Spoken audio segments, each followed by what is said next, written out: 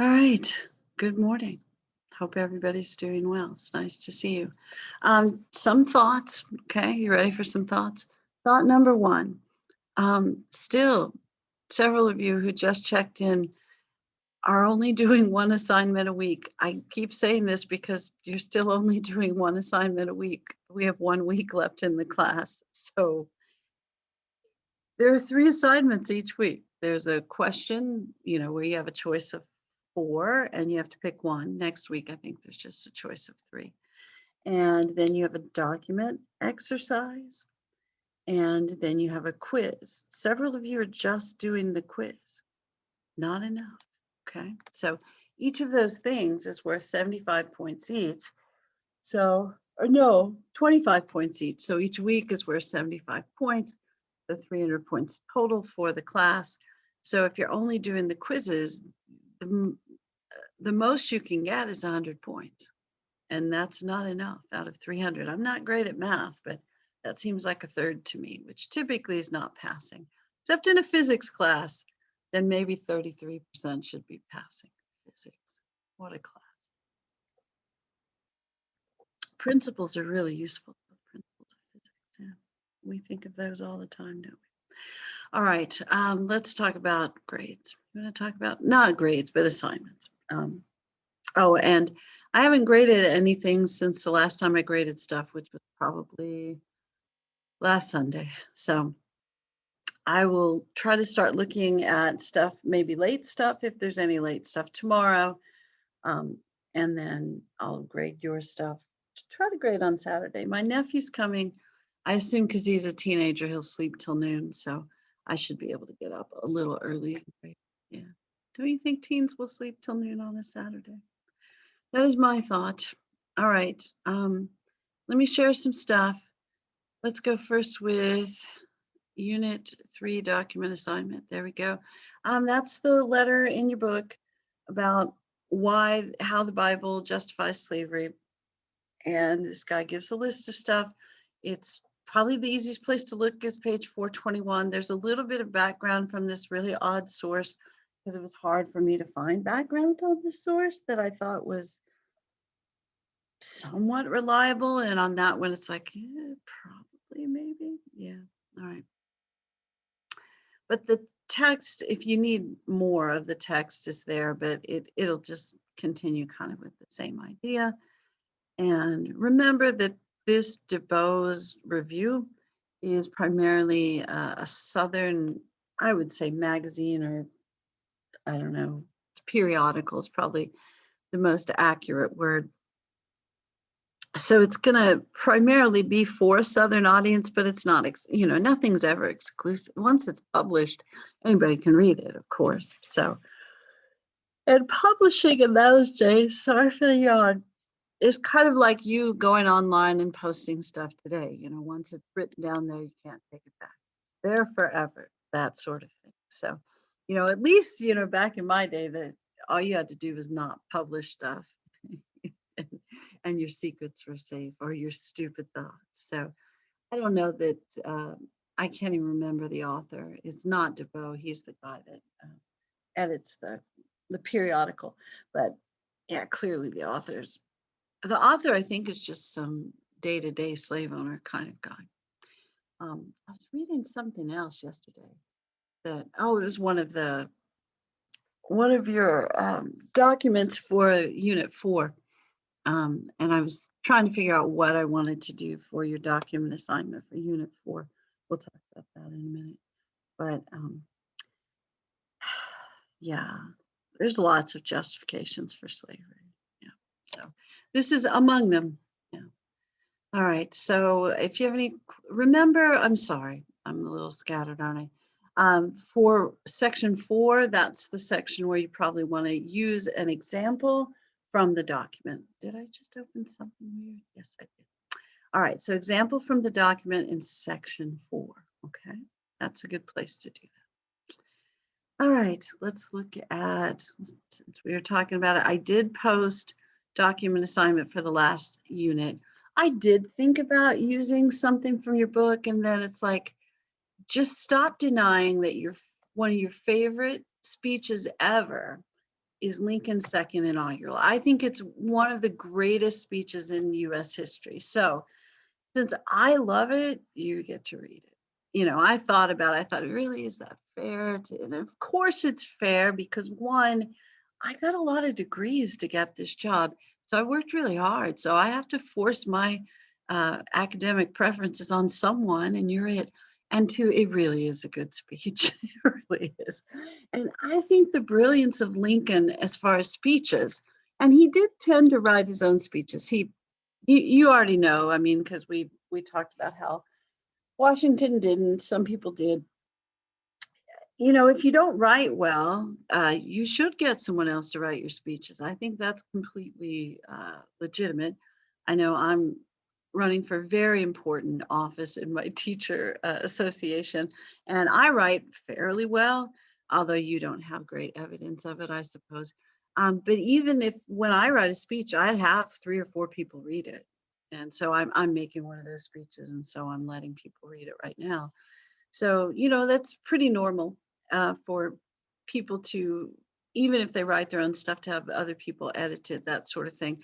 And one of the commentaries, and I think it's in the history.com section, one of the commentaries, one of the people he shared it with was Frederick Douglass.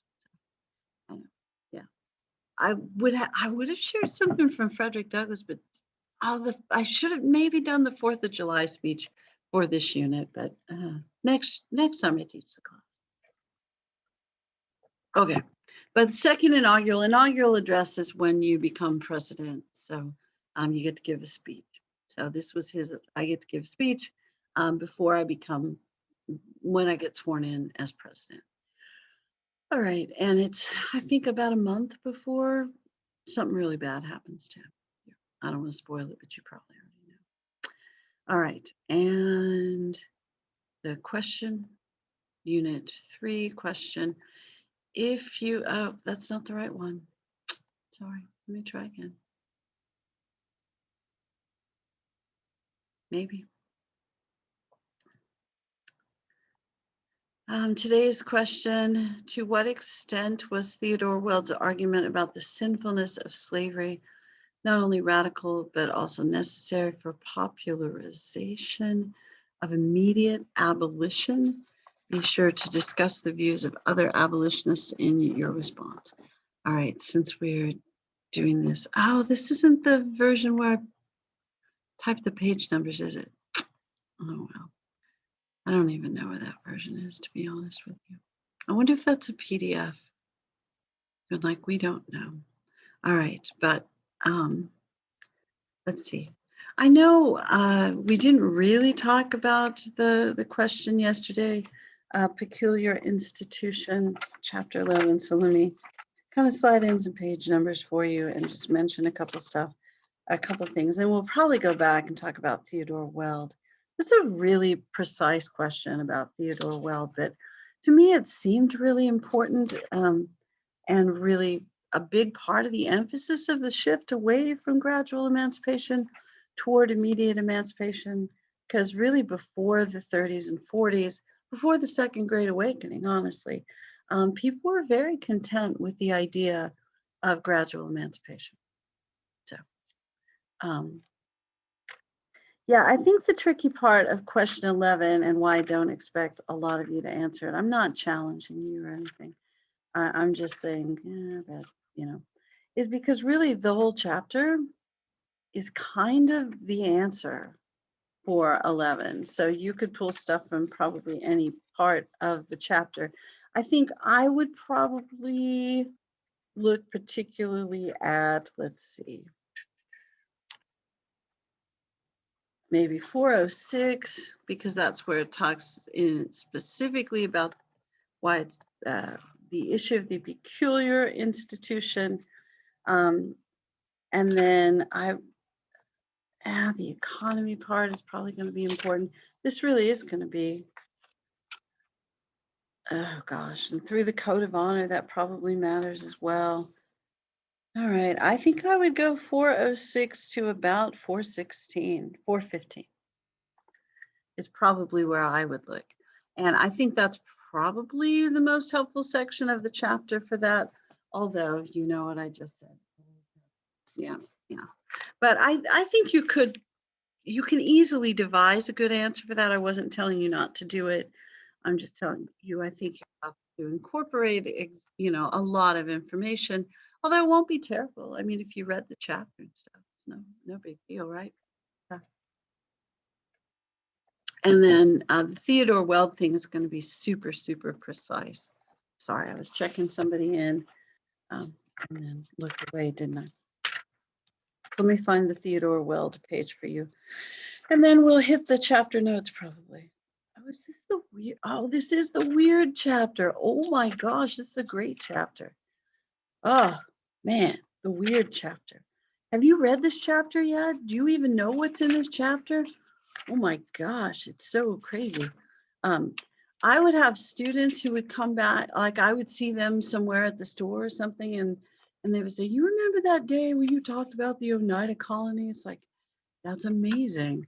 You didn't learn anything in my class except the Oneida Colony. And that's the one thing that you remember forever, which is fascinating to me. But no, I get it. I get it. It's weird enough. Dang, where's Theodore Weld? I should have used the index. I know I'm always telling you guys that. So I should have done it as well. Crusade Against Slavery, American Colonization. Should be in here somewhere, right?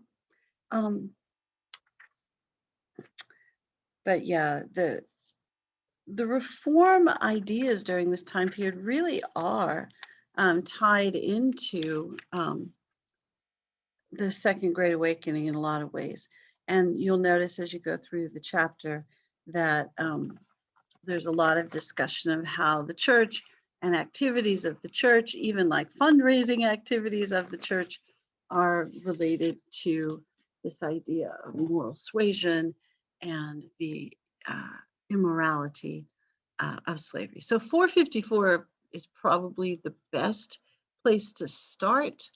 I guess you could start a little bit before. Why not? Where the section starts, where it says spreading the abolitionist message. So why don't we say 453 to, and you guys have already noticed, this isn't the saved version that's in your copy of the notes. So you may want to write down the pages or take a screenshot or whatever it is that you do. Yeah.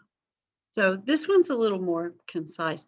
I do sort of think, if I'm going to predict what you're going to answer, I think you're answering 10. That's what I think you're answering. All right. Okay. I know you're going, that was painful. We had to wait through all that. All right. What is left? Let's go with the notes. And then at the end, we'll look over the other stuff, for the quiz, the other stuff. This may be the craziest chapter in the book. Yes, craziness. My gosh. I can remember when I first started learning about this stuff and I thought, why in the world were people doing this in the 1800s? What the heck got into them? Because I thought, I grew up, I was born in the 60s. I thought that's when the stupid stuff happened, late 60s, early 70s. There's some dumb stuff. I remember my parents were not involved in very many dumb things of that sort. I just remember, since they're not listening, how ugly their clothes were. Oh my gosh, their clothes were ugly. I'm sure people think mine are ugly too. I just don't happen to have kids, so I don't have anybody to chronicle it. So, but my nephew will be here tomorrow. I'll ask him. It's like, hey, are my clothes ugly? And he'll go like, you're feeding me. I'm not saying anything. He's a smart kid. All right, Second Great Awakening. It is profound religious revival. It is. I don't know that we've had anything like this in your lifetimes, because I don't know how old you all are. I'm trying to think in my lifetime if we've had I guess that should be a guide.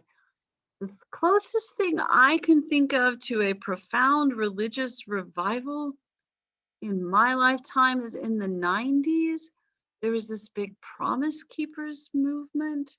And I think in a lot of ways it's similar, smaller scale to what's going on in the 1830s, where it's really a call for men to stop being dogs and to be better husbands and fathers. So they would have these big meetings in stadiums where they would all go and have Bible studies, and they would apparently have these promises that they said that they would keep, hence the name Promise Keepers. But I think, the way that religious movements tend to in the modern era, it got sort of large and people wrote books and that sort of thing. And then people became skeptical of it. Although I don't know, I'm sure it was very helpful. I'm saying that sincerely. I'm sure it was very helpful to some people. Yeah. But yeah. Oh, there we go. At least I know I've got the one person in here who remembers Ronald Reagan. Yay. So hate to be alone. Hate to be alone. If you live in Williamson County like I do, we just name stuff after Reagan or Bush. I think my school district has a Bush Elementary, but it's Laura Bush. Why not? She's lovely and was a school librarian. There you go. All right. Back to business. All right. Profound reforms. So this really is a movement that impacts much of society and leads to changes in law and society. And people go like, we got to be better. We have to be better. And some of this springs from, people just being observant of some social problems that seem to be associated in part with urbanization, because you'll notice that a lot of these problems seem to be more obvious in the city than the country. I'm not saying that people don't drink too much in the country. I think we can verify statistically that they probably do. I know where I'm from, they make their own stuff. So I don't know that they do that so much anymore, maybe more when I was a kid. They make other things now. We'll just go on. Prison. And what they're talking about is how prisons treat prisoners, because it wasn't ideal back then. I'm not saying it's now. I assume it's not. Haven't been. That's, another branch of the family. And then asylum reform. And asylums during this time period, mental health institutions, were going to make people worse rather than better. So there's going to be some, and prisons probably as well. And anti-prostitution campaigns during this time period. Because I guess as people moved to cities, prostitution became more obvious. I don't know how you would operate a prostitution ring in the country. I don't know how you would get the word out back then. But I guess in the city, you lived in a certain corner. I know in Paris, there was a red light district or something like that. Maybe that's true, in cities. And the most prominent source of reform is abolition. And that'll be the one that's, I think we typically consider most successful, because slavery does end. The way that it ends is not peaceful, of course, but it does end. And it ends in large part because of the pressure put on by this movement. I think you don't have to agree, but we'll look at some of the pressure put on by this movement. And then you can go like, she might be right, or, oh, she doesn't know what she's talking about. You can choose either one. I'm fine with it. All right. But also some of the communities during this, the specific religious communities, believe that the second coming of Christ had already come, and it had already happened. And that's going to lead them to some unusual activities. Some of them, well, they're just unusual. We'll get there very shortly. So second coming of Christ, we don't often talk about this sort of thing in a history class. And if you're unfamiliar with Christian theology, pretty complicated stuff, but we'll go with the simple version. Christians Christians would label themselves as monotheistic, but their God is split into three parts. And one of those parts is the Son of God. And the Son of God came to earth as Jesus. And then Jesus gets crucified, dies, comes back from the grave, then goes to heaven and says, I'll be back, not in an Arnold Schwarzenegger sort of way. And I'm going to prepare a really nice place for you, and I'll come back and get you later. So the second coming is that I'm coming back to get you later part. Yeah, okay. Again, why they don't let me teach Sunday school at my church. Like, don't let her teach the kids. She'll make it worse. Probably true. Yeah. Plus, I would tell a history story. It is true. Okay, so Shakers and Oneida Colony are the ones that are going to believe that something unusual had happened. So they're going to do something unusual. So let's go. All right, Shakers. Shakers, founder of the Shakers was Mary Lee. Is that her name? Why? Ann Lee. Why did I go with Mary? you have any idea? Mother Ann Lee. She's from England. I've read various things about her. Your book will have just kind of a little quick thing about her. Um, she had, I think, it's either 4 kids or 3 kids, but they all died. Um, and not unusual for kids not to live past the age of 2 or to the age of 20. So statistically, there's a good chance you're going to outlive your kids, and that apparently is quite a tragic thing. So she did this with all of her kids and was quite distressed, as you might imagine, to the point of I, great emotion and really loud praying, apparently. So much so that she got arrested for disturbing the peace, and, which is not funny, even though I'm laughing. And they put her in jail. And in jail, she seemed to have some vision that she was the female incarnation of Christ. And, I'm always thinking, I don't have experience at either of these things. If you either go to jail and get a vision, or you get a vision that you have become a deity, you may want to check in with other people and see. Well, she did kind of check in with other people and convince them she was correct. So she ends up gaining a religious following and moving to the United States because, there's room there. So still is if you want to go to West Texas or Montana. Idaho, there's probably room there as well. But for you and your unusual beliefs to go, and people will either follow you or leave you alone. So she will come to the United States, and she believes that sin has entered the world through sex. So the best way to avoid sin and achieve complete, I'm having trouble with words this morning, complete equality between the sexes is not to have sex. So she establishes a colony of celibacy. As you can imagine, it's not the most popular, I said colony, religious group. Sorry, not a colony. But as you can imagine, this is not the most popular religious group. Now, here's another shocking thing. More women joined it than men. I know you always get sexist comments in this class. It will continue. Yes. Yeah. Today you'll get more sexist comments because of what we're talking about. And this typically was really young women, like women under 25, or older women, old women like me. So people probably in their 40s and older. And a lot of times the older women, they'd already had their families, maybe their husband had passed, they were widows, something like that. I know it's weird to think of women in their 40s as older women. Well, maybe it's not to you, but remember, life expectancy is shorter during this time period and shorter for women than men because of complications of childbirth. So not unusual for the older women over 40 or the younger women to join. My theory, I don't know that we have any writings about why younger women join. My theory about why is also sexist, so I will share it with you. I think, because I remember being young, it's been a long time, and what I noticed is when there were young men who would come and speak with me and, have some interest in perhaps, going to Sonic or wherever you go when you're young and want to go on a date.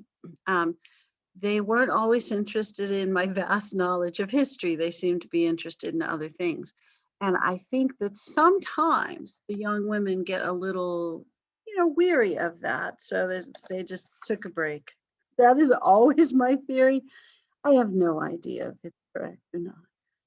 But, again, a sexist theory. And also I'm old, so, we think differently. So, all right. But Shakers were predominantly women, not exclusively, but predominantly.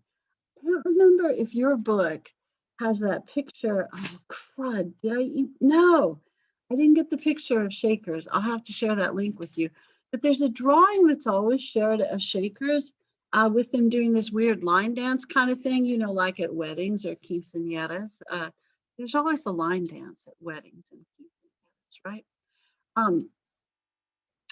And the picture shows women just looking like women, but the dudes are not attractive. They're just not attractive.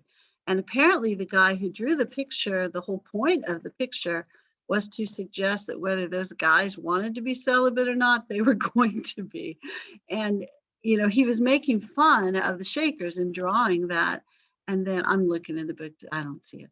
But in drawing that, and then that's the drawing that ends up being put in most textbooks, which is kind of funny.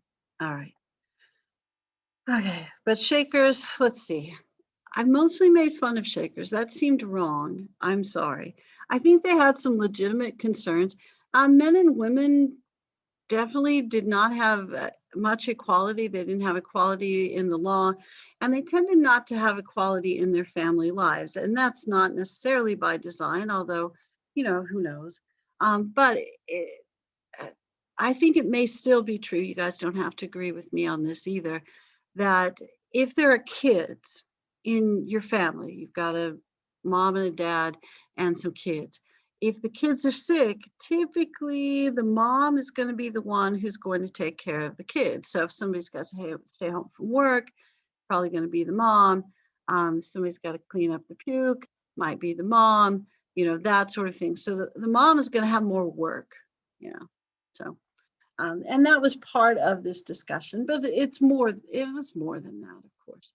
All right. They believed in complete equality between men and women, pacifism. So, and they were called Shakers because their nickname was Shaking Quakers.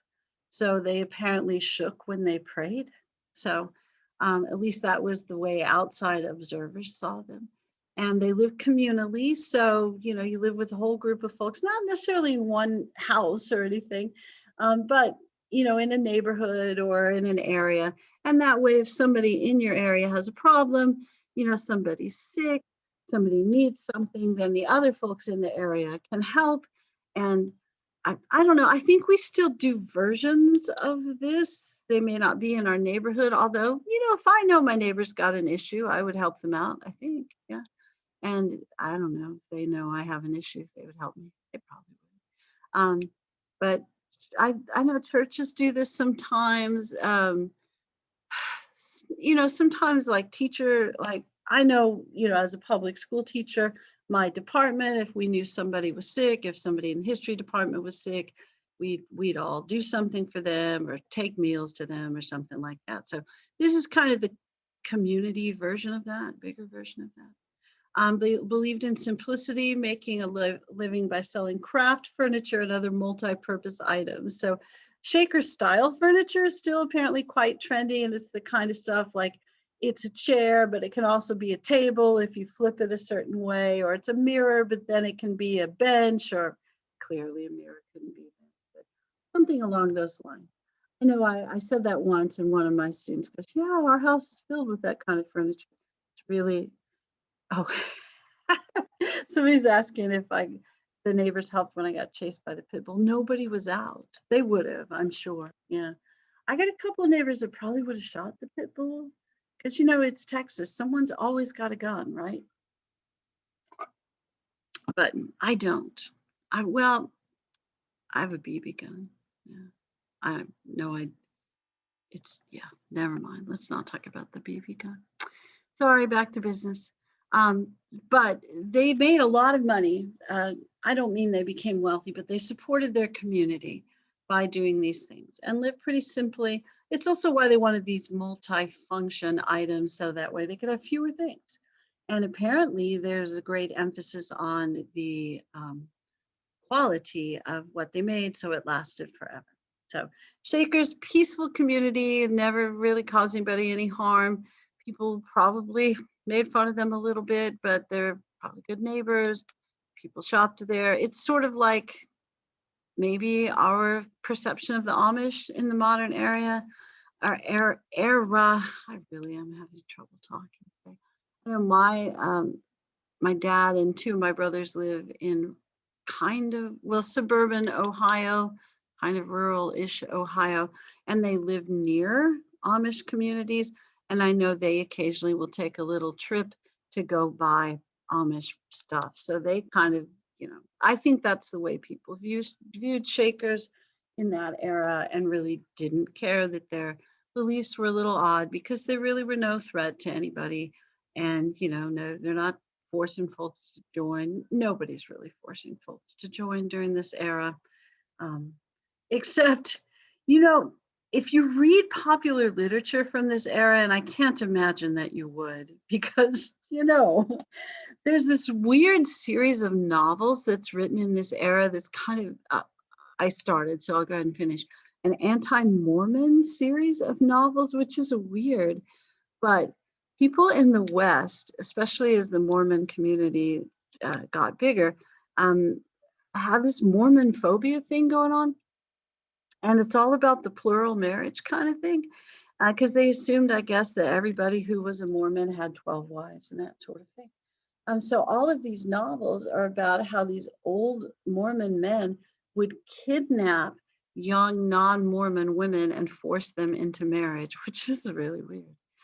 But those novels were incredibly popular during that time period, sort of like, Harry Potter novels, or clearly not like Harry Potter novels, but I meant, remember when the werewolf and the vampire novels were really popular? I have no idea what's popular now, to be honest, but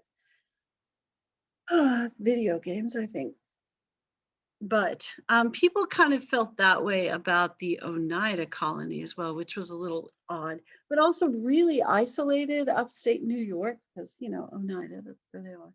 And this is the one thing that, my high school students remembered forever, because it's pretty odd. So we're going to talk about Oneida Colony next. Oneida Colony, they also thought that men and women were not treated equally by society.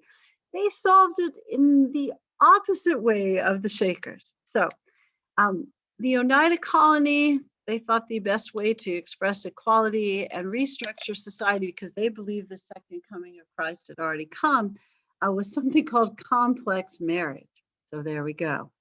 And this will be a relatively interesting thing that might be memorable. Now, as far as theology, there's a lot written about, what's their founder's name? John Humphrey Noyes, Noyes.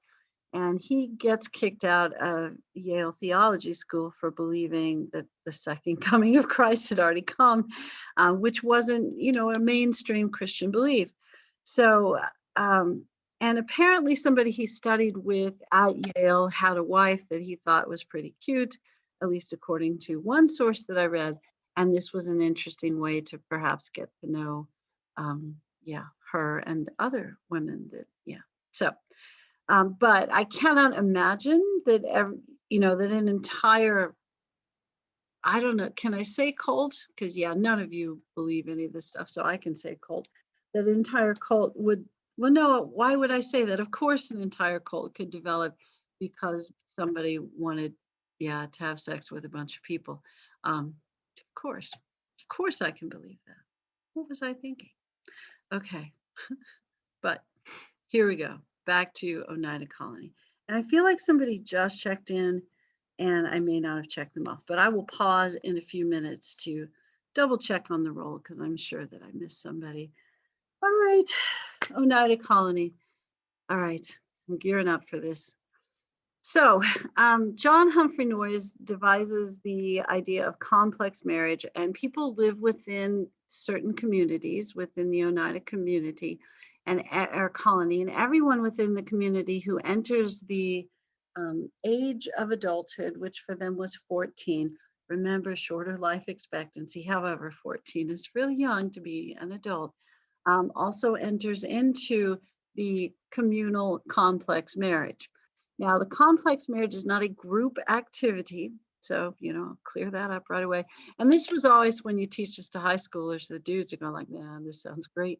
Because, and the girls are going like, nah, I'm not having this. But I'll spoil it for the guys here in a few minutes.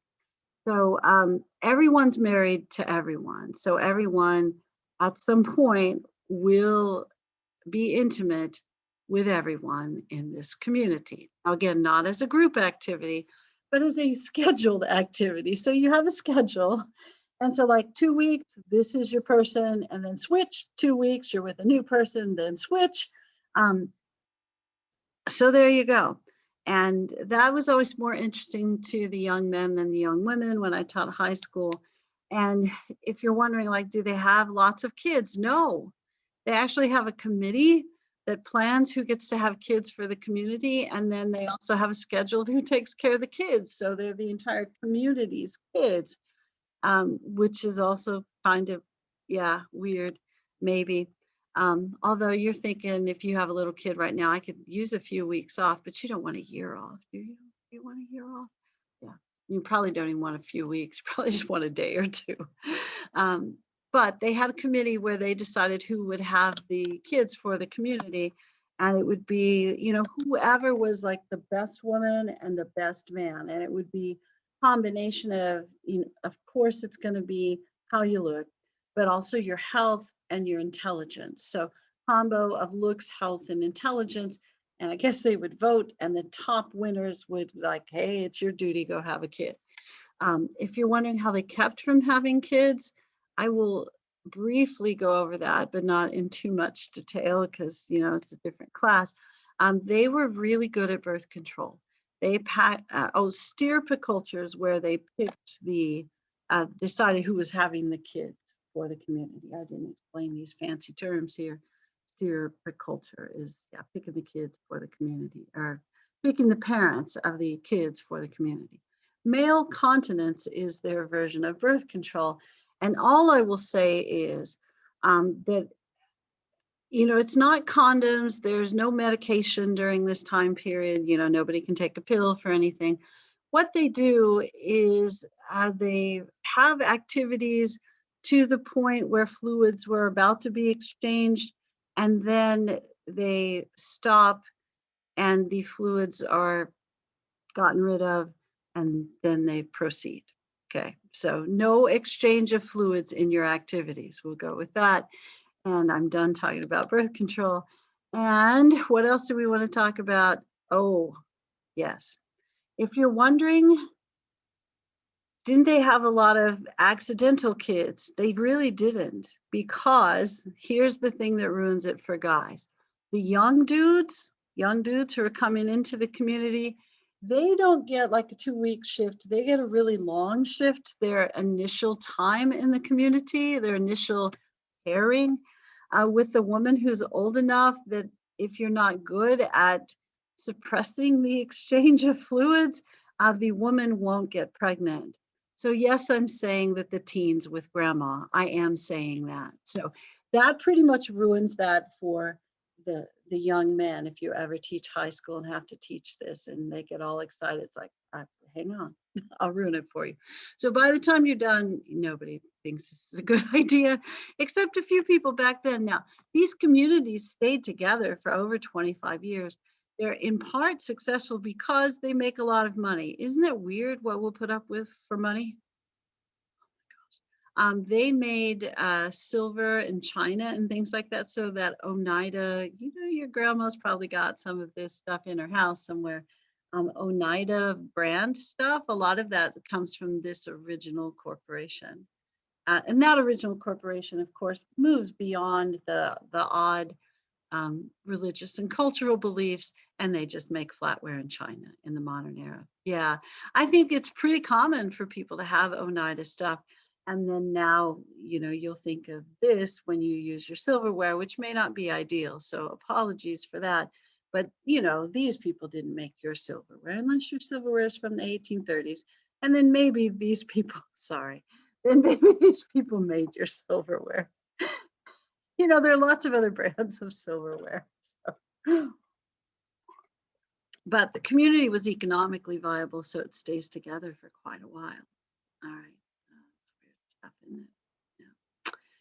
All right. Now, I really didn't know very much about, everybody knows more about Brook Farm and New Harmony because Brook Farm was kind of the trendy commune where famous people went to live.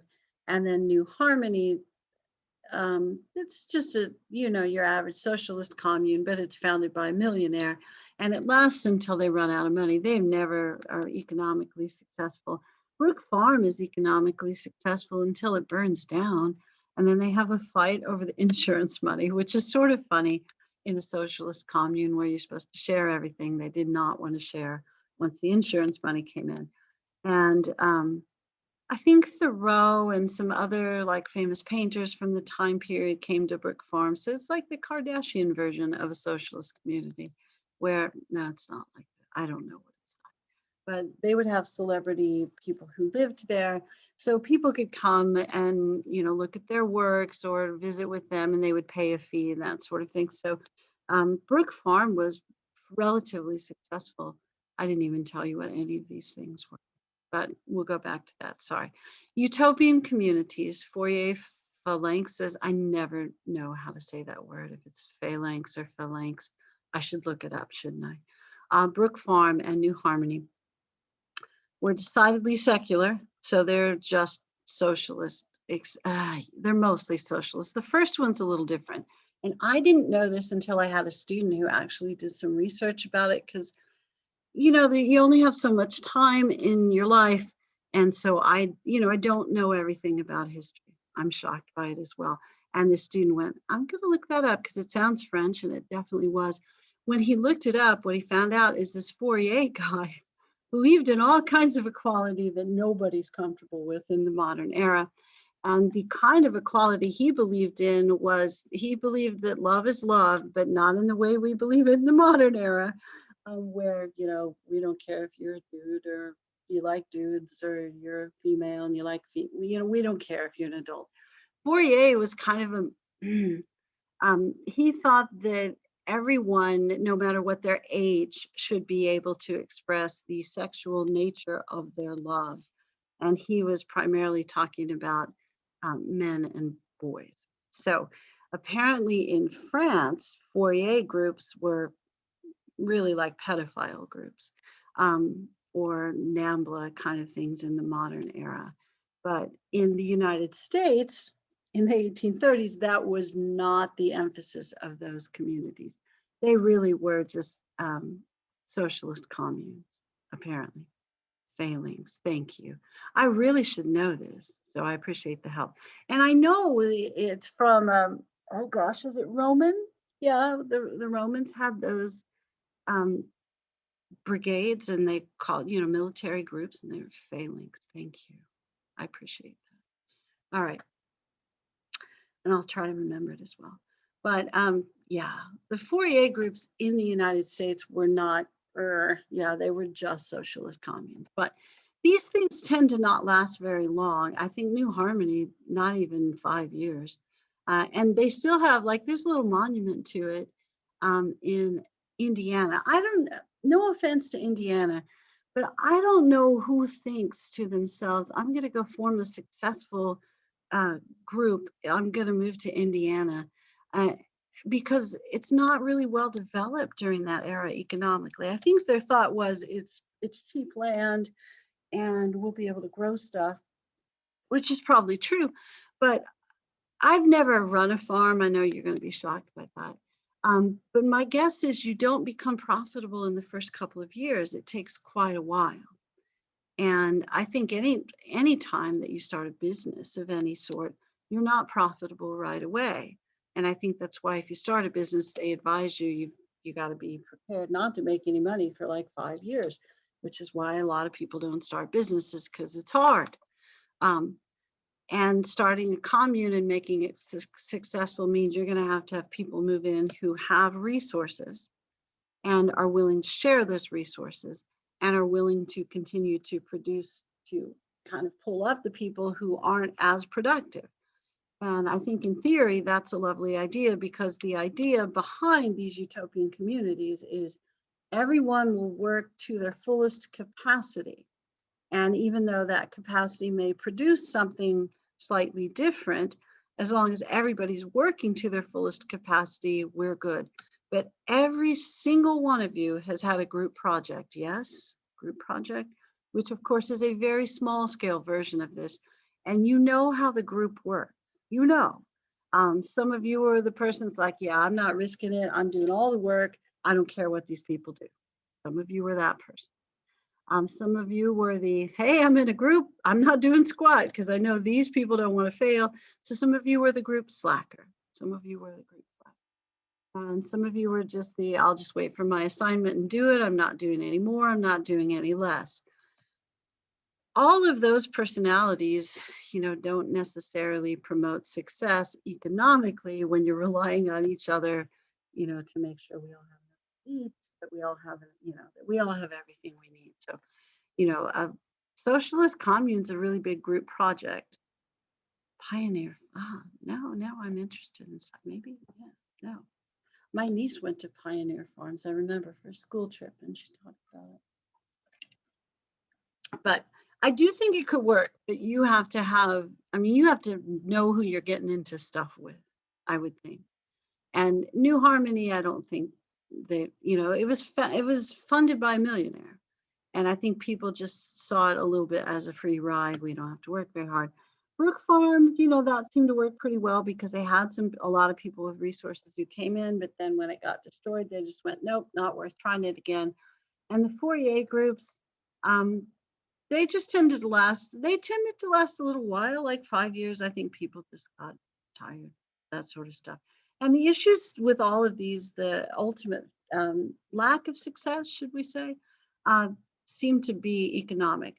Probably the groups with the most economic success were Oneida and Shakers, oddly enough.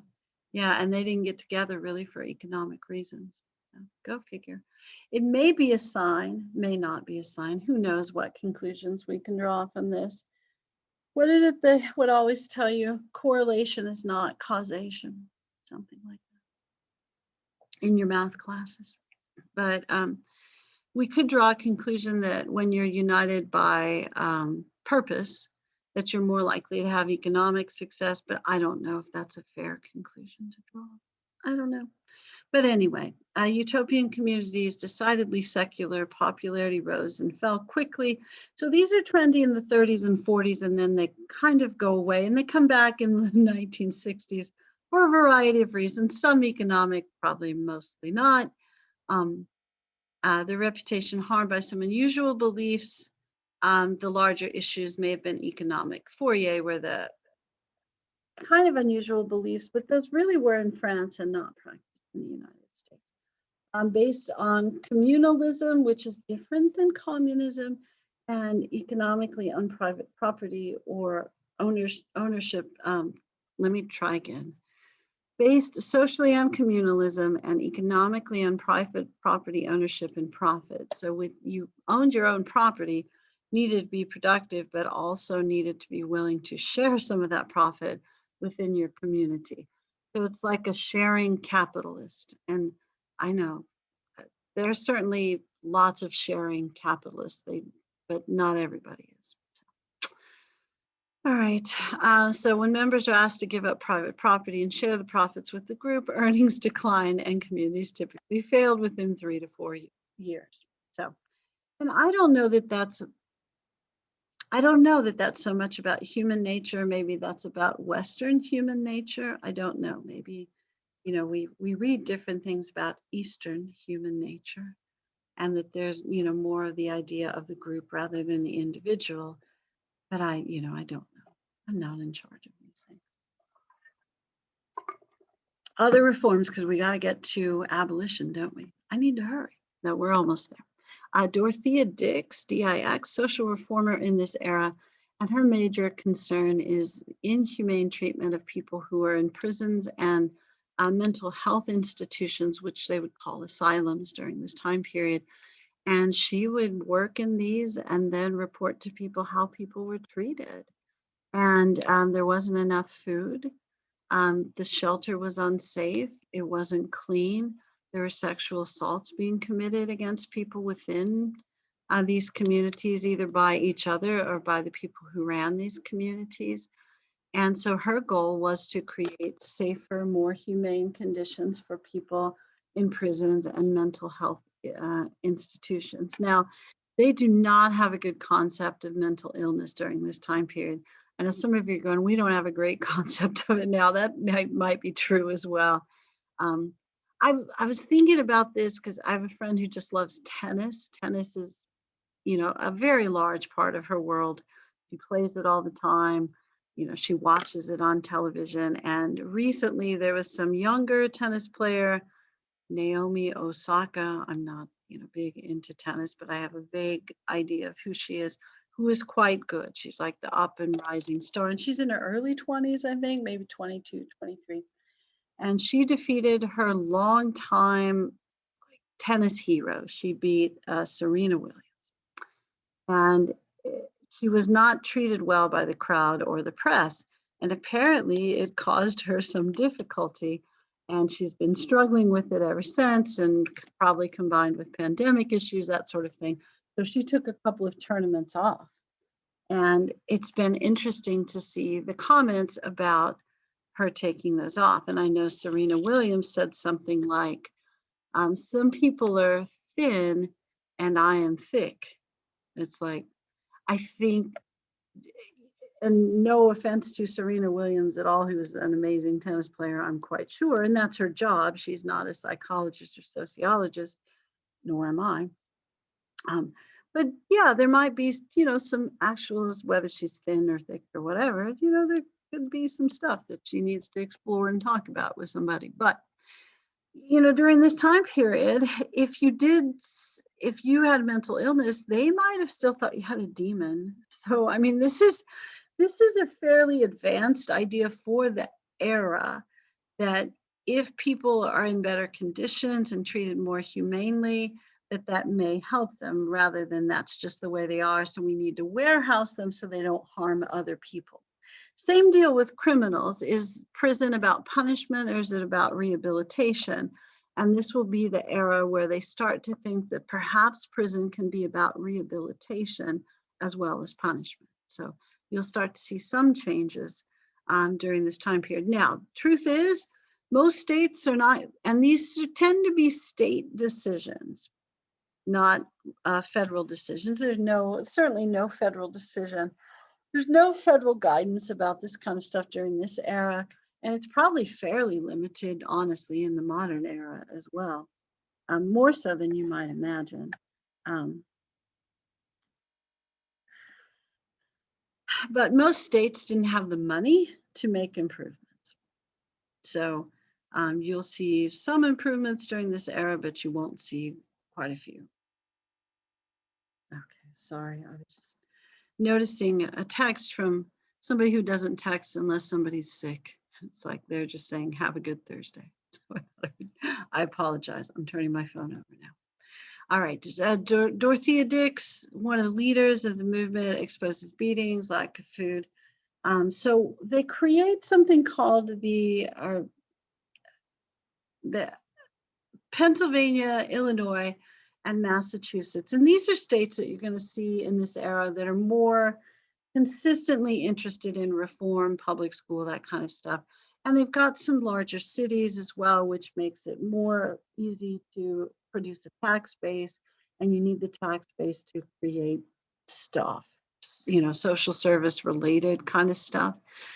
So they, in Illinois, it's in Pennsylvania. It's called the Pennsylvania Eastern State Prison. Pennsylvania will create what they think of as a model prison during this time period. And I was talking about this prison one time in class. Am I really laughing about a prison? I kind of am a little, sorry. I don't know why I'm laughing about, I do know. Because I was talking about this prison, we had a picture of it, I showed it, that sort of stuff. And he raised his hand and said, yeah, I had a birthday party at this prison. So apparently now they rent this prison out for birthday parties. I don't understand. And he was a little kid, but I guess if you're in Eastern Pennsylvania, there aren't many places to go. You can go to an Amish farm or a state prison for your birthday party, but they made it looks like a spider. So there's a big circular part in the middle, which is kind of the hub. And then it has these long arms that go out to the side. So it really does look like a spider. And in the long arms are the individual prisoners' rooms. So every prisoner had their own individual cell.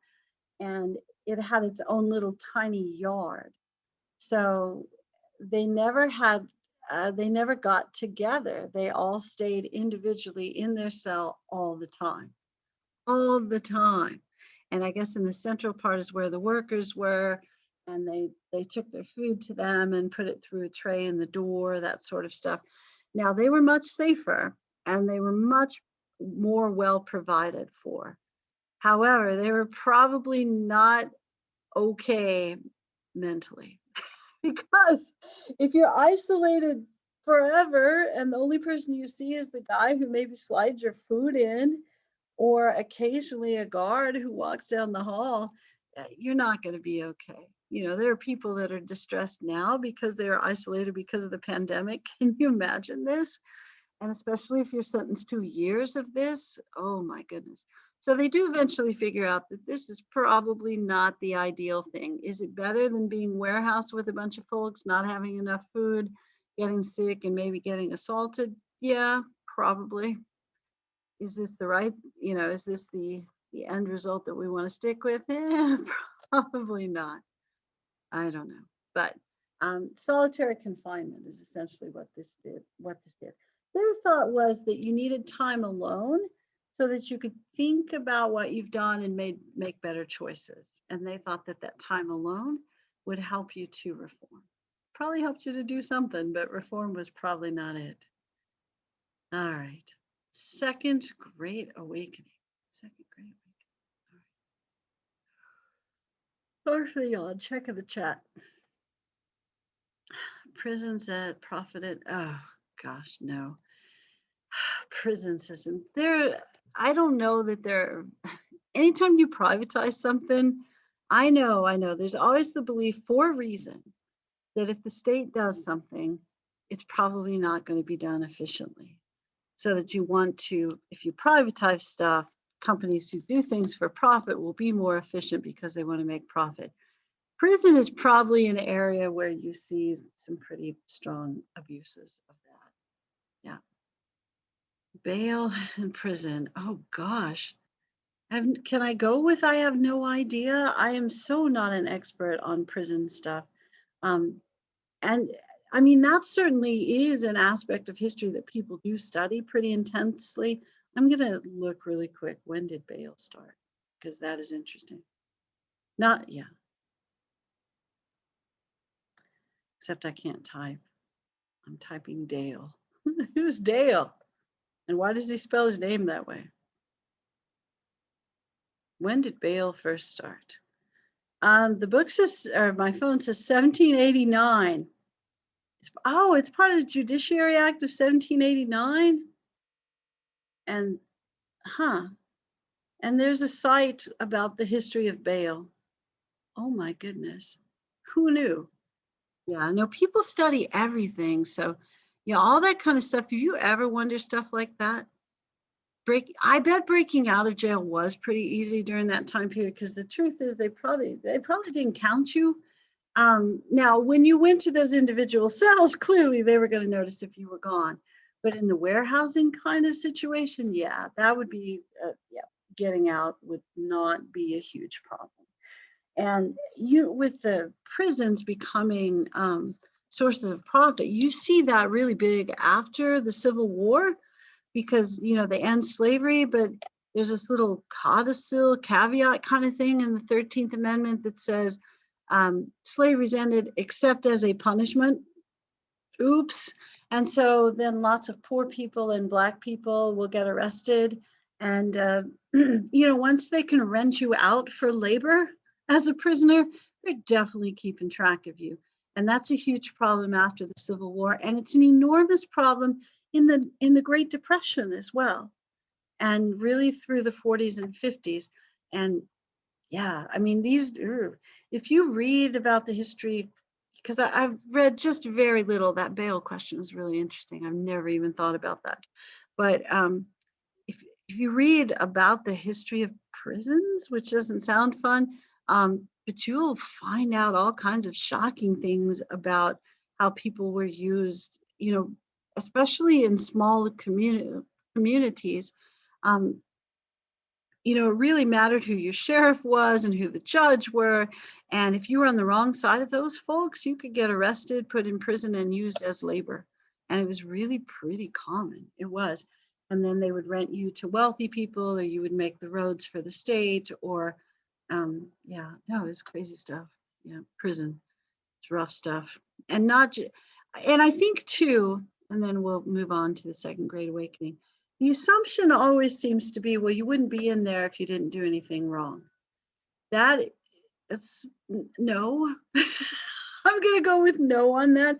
As someone who really doesn't do very many illegal things, occasionally I probably speed because I'm not paying attention. I no, I mean, there was a young man who played in our soccer league when he was a little kid that as a high school kid got arrested for something that he didn't do and spent 4 years in jail for it. And they made a documentary about it and that sort of thing. People sometimes go to jail when they don't do stuff wrong. And I think what happens is either the system sometimes works against you, or here's a shocking thing. While if you can't afford a lawyer, one will be appointed for you. They may not always be the best lawyer. So if you can pay for a really good lawyer, you might get a really good. I mean, you may get one as a public. It was the one about. It was called Outcry. Outcry. The Kid in Leander was the name of the documentary. Sorry. But yeah, there's stuff still happens. And I think it's more rare because we have, more of the ability to share information now. And I think sometimes we feel like these instances happen more often because we hear about them more often. I think because we hear about them more often, they're more likely to happen less often. But I mean, that kind of stuff needs to be publicized, I'm sure of it. And, if you trace the history of incarceration, prison, that kind of stuff, usually there's an enormous disadvantage to anyone who's poor or some sort of minority, either minority belief, ethnic minority within the area, that sort of thing, because people, don't stand up for folks a lot of times because you don't want to go to jail either. Yeah, fear is a thing. All right, I should move on, shouldn't I? Outcry. Yeah, definitely he was a football player. Yeah, he played soccer when he was a little kid. Yeah, I think I taught one of his oldest brothers too. I was friends with the parents and stuff. It's weird because it's a super nice family. But yeah, there we go. It was Greg Kelly. Yeah, that was the guy. So it's an odd situation and scary too. Yeah. But yeah, his girlfriend was fairly well known in the community, and I think that really helped him because the parents, oh, okay. Yeah, the parents were fairly influential in the community. Yeah, yeah, no, it's a tough story for sure. And yeah, okay, I should go on for sure. Sorry. Second Great Awakening leads to more urgency in the abolition movement, and this is where we're headed for most of the rest of the chapter. Initially meeting the abolition movement in favor of colonization or gradual emancipation. And you want to be vaguely familiar with both of those things, even though we don't do a lot of those things. We do a little bit of it, not too much. Colonization is the idea, oh my gosh, it's the idea that certainly whites should not own blacks. No one should own anybody, but there's no way that whites and blacks can live together, in the same community, much less the same household. Or maybe even the same country. So what should happen is that slave owners should free their slaves, and somebody, government, private entity, charities, should pay to repatriate slaves to Africa. That's assuming, of course, that any slaves had ever lived in Africa at this point and would want to go to Africa, which may be their native land, but they've never been there.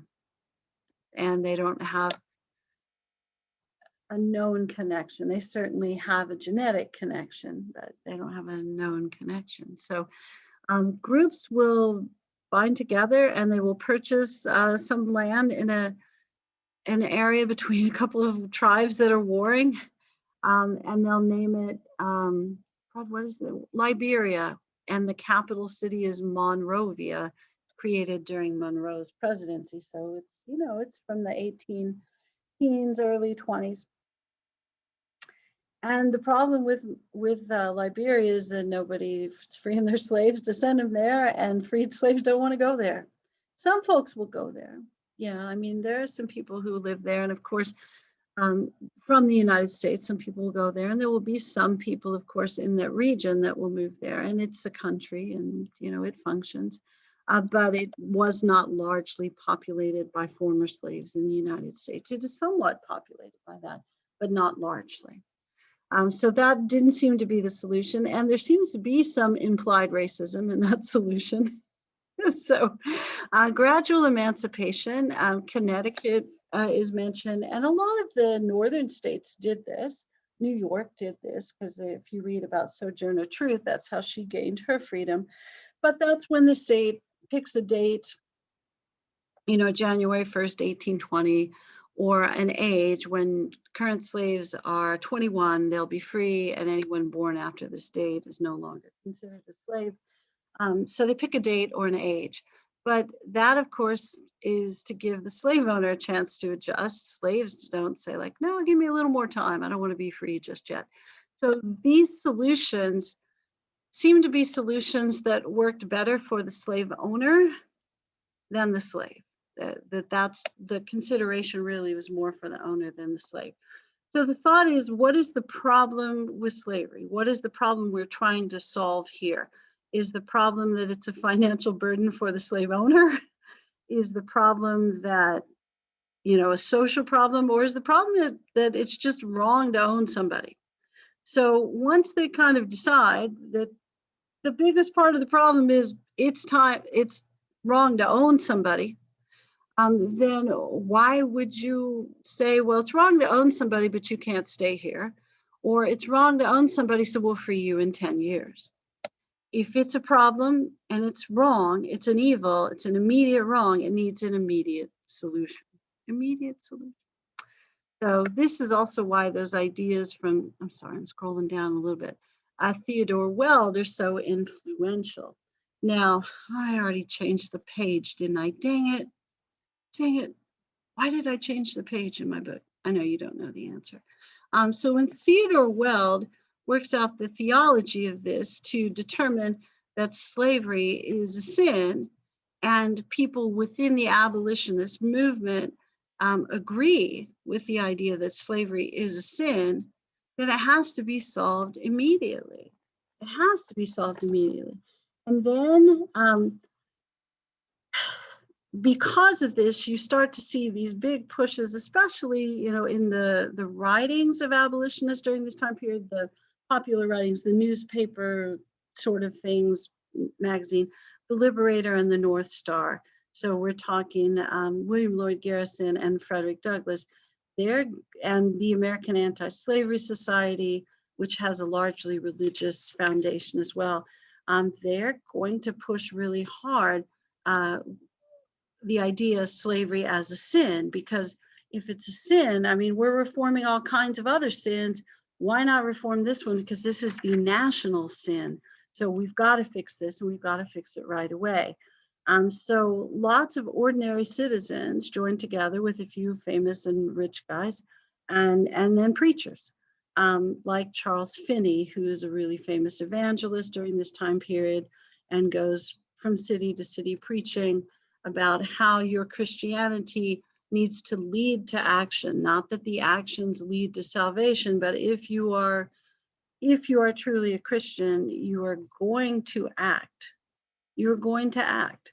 And if you know something is wrong, you've got to fix it in your own life, but you've got to fix it within the community as well.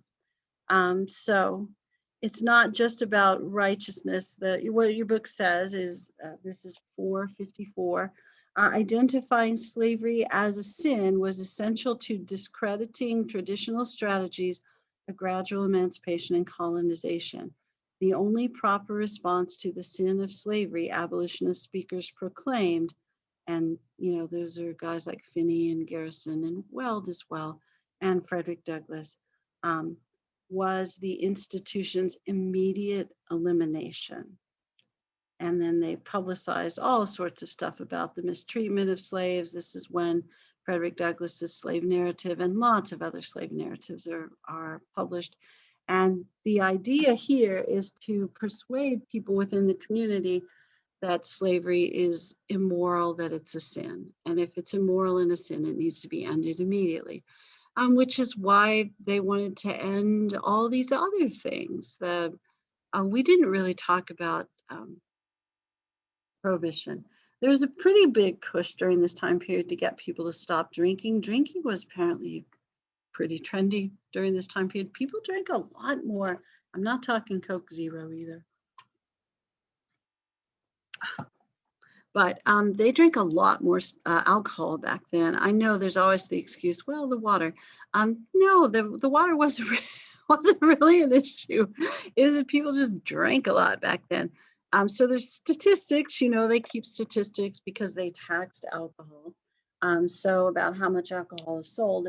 And you will see that during this time period, alcohol consumption, especially in urban areas, declines by about 50%. So the Second Great Awakening is a really impactful movement.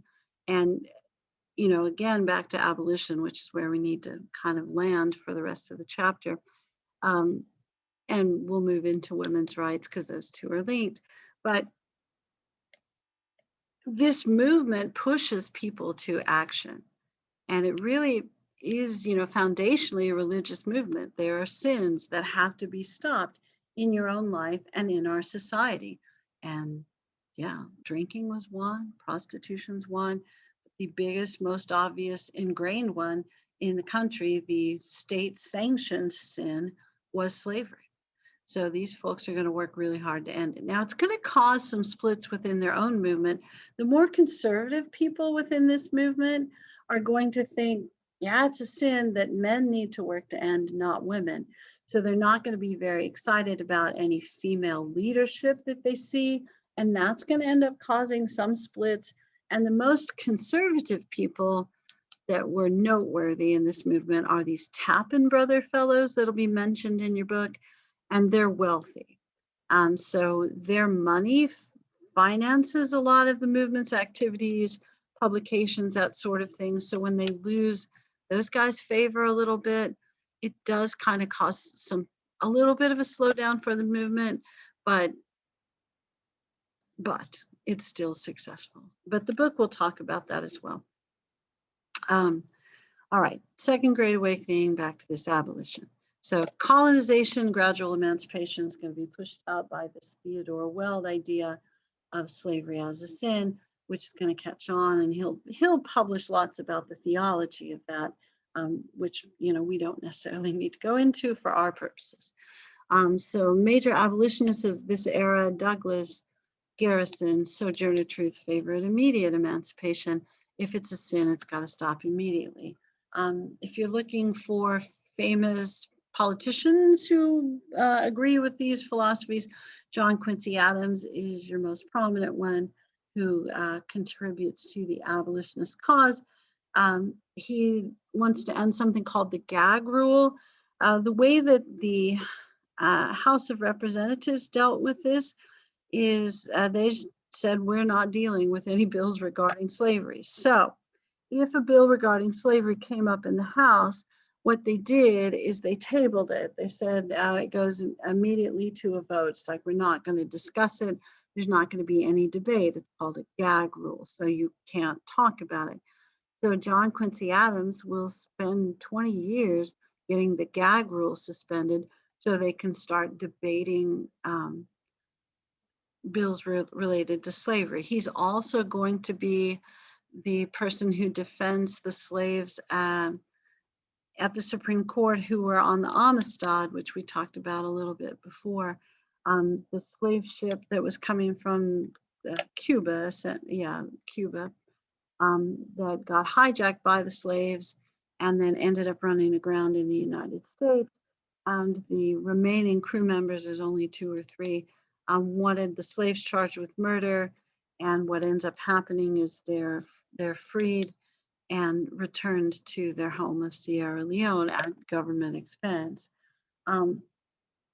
But you'll see a large amount of success for the abolition movement during this time period at pushing slavery to be a national reform issue, to the point where the Whig Party, I think we talked politics the other day, the Whig Party, which is the We Hate Andrew Jackson Party, is going to start to divide over slavery, because the Northern Whigs, sometimes called the conscience Whigs, are going to be anti-slavery, and the Southern Whigs are going to be pro-slavery. So the We Hate Andrew Jackson and his philosophy idea is not going to be strong enough to overcome the debate over slavery. So you'll end up seeing the pro-slavery Whigs assimilate into the Democrat Party, and then you'll see the anti-slavery Whigs and the Liberty Party and some other people, Free Soil Party and stuff. We'll talk about that next chapter, next week.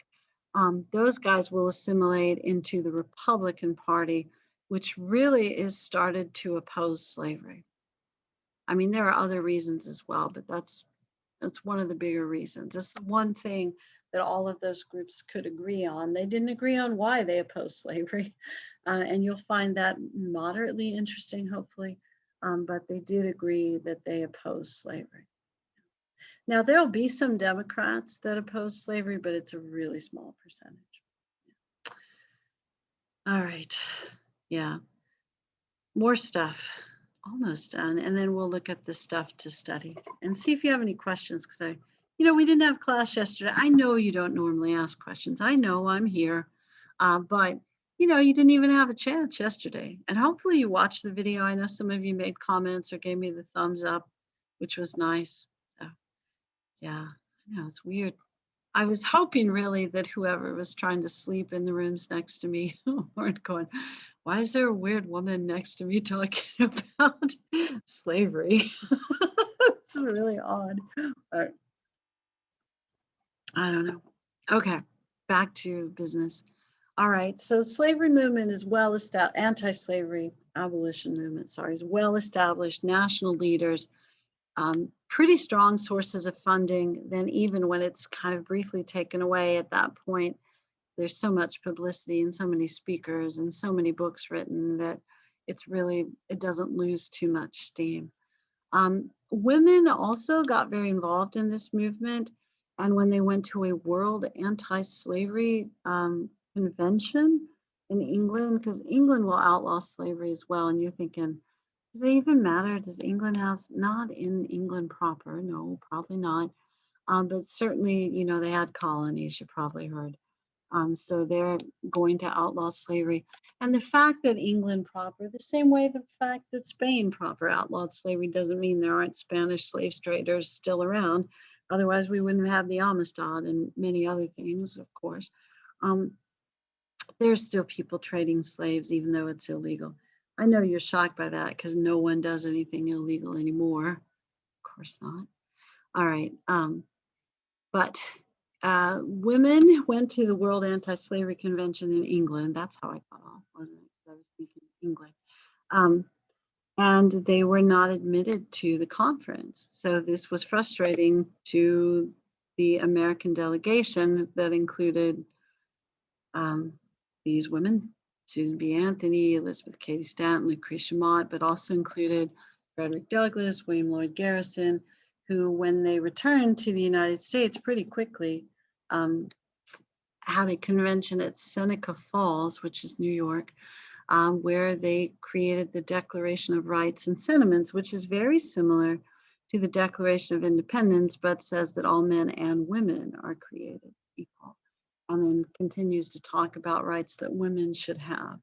So this is kind of the formal beginning. Declaration of Rights and Sentiment, Seneca Falls Convention, is 1848. I didn't put a date in there for you, sorry. I didn't put a lot of dates in this section. What was I thinking? But almost everything in this chapter happens in the 30s or 40s, just for chronology. I mean, it's not exactly dates, but okay. So you've got groups of women who now think that women should be more directly involved in leadership, politics, should get to vote, moral and ethical and social matters that they should be able to lead if that's what they want to do. Then you have groups of women who don't think women should get out there and get involved in this way. Probably the most prominent of those, also member of the Beecher family, is Catherine Beecher. And I read, what is the, I can't remember stuff. I read a book about Catherine Beecher in some feminist history class that I took. Oh, have I given you my warning about feminist history classes? Okay, I'm going to give you my warning. I'm not opposed to them in any way. I quite enjoyed the feminist history classes that I had, or women's history. They don't always call them feminist history. If it's a feminist history class, it doesn't necessarily mean it's taught by a feminist. It probably means it's tracing the history of feminism in the United States. So it may or may not be presented in a certain philosophy, although usually people who study that are in favor of it. Usually they are. And I don't know that there are a whole lot of people that aren't exactly in favor of feminism, although they may think, the modern version of the movement is too strident or not strident enough or whatever. But Catherine Beecher is going to show up in that class, and she's in some ways very forward thinking, and then in other ways not forward thinking at all. But yeah, Catherine Beecher. So she is an unmarried woman who seems to be financially pretty solvent on her own. She makes a lot of money. And she writes books. This is how she makes her money. She writes books and teaches classes about how to be a good wife and mother. And she's neither, which I think is interesting. Now, she's one of the older siblings in the Beecher family. Her father had married twice, I think had 14 kids. There's only 4 in my family, and I'm number 2. And I know that, in my childhood, that I spent a lot of time taking care of number 3 and 4 because both my parents worked quite a bit. And I know that it did not lead me to want to have children immediately when I got married. I will say that right up front. It's like, when I'm 21 and getting married, I'm not thinking, man, let's bring on the kids. I'm thinking I need a little break. So we'll wait a while. So I think, I have no idea, but I think and can guess that Catherine Beecher probably came out of her childhood taking care of about 12 younger siblings, thinking, nope, that's not for me. But I did learn some stuff in the process. So I'll write about it and see if I can make some money that way. And she does, because she's apparently quite a fine writer and has some ideas that are pretty popular. The ideas she shares are really about health, exercise, and nutrition, and how to be a good teacher to your children. So a little bit about pedagogy or teaching methodology in her books and classes about how to be a good wife and mother. So even though she's not either, she had spent time raising siblings or doing a lot of the work of raising siblings, and certainly had observed her dad's 2 marriages, and I guess wrote, from those experiences. Her argument was that women are going to be most influential within their own families.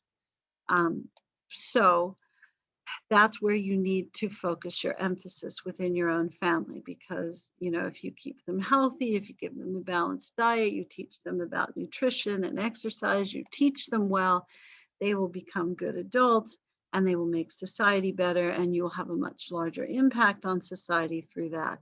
And she really thinks that spending your influence outside of your family is a waste of your time and your calling, is what she thinks. So she's pretty serious about this. Now, she never marries. Her dad wanted her to get married because, having an unmarried daughter looks pretty weird, especially in that era. So he pretty much arranged a marriage for her with a pretty up and coming preacher. And so, they kind of pressured her into agreeing. Her dad and this fellow kind of pressured her into agreeing to marry him. And then he went home to Scotland. I think he had studied, or he was from Scotland, to finish defending a dissertation. and then on the trip back died in a shipwreck, which is not funny, even though I did just laugh. And she tells her dad clearly it's not God's will that I get married, and he gives up. So she did not want to get married. There's lots of speculation about why she didn't want to get married. There's a whole genre of writing about Catherine Beecher. That's the kind of stuff you learn in the feminist history class. I didn't finish my warning. Yeah, if you take a feminist history class, if you're a dude and you take it to meet women, you've made a mistake. I'm just going to go with that. And I was surprised in the feminist history class. We read an entire book about prostitution. I learned so much about prostitution. It's not knowledge I get to share very often, but yeah, you learn things you don't expect to learn. You do, yeah. But statistics that are helpful as well, and you learn about personalities that you maybe didn't know about. And sometimes you could have a more radical teacher. I had a fairly moderate teacher. So it's like, here's some stuff you didn't know, which is, that was useful. But I had friends that had the more strident, like, you need to get involved. Yeah, get involved in politics kind of teacher. And we're all like, we're too busy. Plus, we're young. Maybe we'll do it later. All right. I just wanted to stop to check the roll, and then we'll look at the. All right. Back to this stuff then. Did we finish the notes? I just decided I was done, didn't I? Let me peek again. What the heck? Goodness. All right. Yeah, we talked about that. Seneca Falls, I sort of jumped ahead, didn't I? Yeah. And this women's group will start to push for the right to vote for women. And they won't be terribly successful. I know women have the right to vote. I'm aware. I vote all the time. But that happens in 1920. And these guys aren't around for that. But it wouldn't have happened without them, I'm sure. Or it would have happened later. You know how that goes. I'm reading all those AP essays, and they always end with, and if this hadn't happened, the world wouldn't be the way it is today, which is a terrible conclusion. No offense to all the kids. It's a little generic. It is. But, they always talk about, if this hadn't happened, then the United States would never be a country, or slavery would have never ended, or it's like, I don't know, man, that's a huge conclusion. Yeah. Yeah, we'd still have slavery today if it weren't for the US Civil War. I'm guessing you're wrong on that. I mean, that's an interesting thing to say, but I'm guessing you're wrong. Just a guess. It just would have happened in a different way. All right. Yesterday's review items, Frederick Douglass, Slaves, Liberty, King Cotton. So I assume that you know who Frederick Douglass is because I talk about him pretty much every class. But if you have a chance, and I know I said this in the tape lecture, if you could read, we may do it someday in class just to do it, what is 4th of July to a slave? But Frederick Douglass is really prominent in society during that time period. And I know I already told you, Abraham Lincoln consults with him regularly and even asks him, what do you think of the second inaugural? So Douglass, he's a really important guy and self-taught, intellectual. I know I told you my cheese-making brother and I talk all the time about how he's really underemphasized in US history classes, and probably the greatest American intellectual of the 1800s, and primarily self-taught. I mean, this guy was a voracious learner. He just thought that you weren't going to keep him from learning, so he was going to read everything he could find. King Cotton is the idea of the importance of cotton in both the economy and the politics of the South. Second middle passage is the transfer of slaves from the upper South to the lower South. New Orleans is important as a port city, also a city where people of mixed heritage might live. And it becomes more important as time goes along. Andrew Johnson was I feel like we did talk about this. Maybe we did. Andrew Johnson is the president after the Civil War, after Lincoln is assassinated. But he's a senator from Tennessee who thinks that every person should have a slave. Every white person in America should, in the United States, I should say, should have a slave to make their lives easier. So he won't be the right guy to be president after the Civil War. And we'll talk about why Lincoln chose him as vice president. It's primarily because he never planned for him to be president. The idea of the common man and the slaveocracy, that's kind of what the question is about. Why did the average person in the South who wasn't a slave owner and was never going to be a slave owner, sorry, why were they willing? Oh, I think my voice just changed there. Oh, why were they willing to support slavery when it clearly was not in their best interest? And the book talks about how there's sort of a racial prestige that develops as a part of the Southern society, and how, at least with slaves, they weren't, there was somebody beneath them in the socioeconomic strata. But the book talks a little more in depth about that. So sorry. Plantation class and paternalism, the idea that they took care of the lesser people in society, which in their view included slaves, but also included poor white people. The code of honor about how you needed to physically defend, goodness, I don't know what happened there. You need to physically defend the honor of your family. And that is something that, for a variety of reasons, is much stronger in the South than in the North. And I think in part, I don't know if this is a fair assessment, it's in part farther apart. In an urban area, we can't have people defending their honor all the time, but in the country, yeah. No, but society is different, and they're less focused on the rule of law because they are the law if you're wealthy, and in the South, yeah. Fitzhugh and pro-slavery biblical arguments, there's a whole list of those, and it's part of your document thing. Abolition, slavery, and liberty, slave life and code. So this is going to talk a lot about what the day-to-day life was like for slaves if they lived on a plantation, which is where most slaves lived, if they worked in the fields, which is what most slaves did, or worked in the house, which is what fewer slaves did. Different treatment for males and females, house slaves and field slaves, and then urban slaves, difference for them as well. And urban slaves have a different opportunity to escape. They're more likely to be able to buy fake identity papers, that sort of thing. Rural slaves, will have a better chance of just running away. Slave family, slave culture, slave religion, slave resistance, much more accepting of newcomers because nobody has any control over the makeup of their family. Also, slave religion, blending of maybe some African traditions, which are going to be kind of general at this point, because most people aren't tied directly to a specific tribe or country. And combining those traditions with Christianity, which is a fairly common sort of thing to do when Christianity moves to different cultures, when any religion moves to different cultures.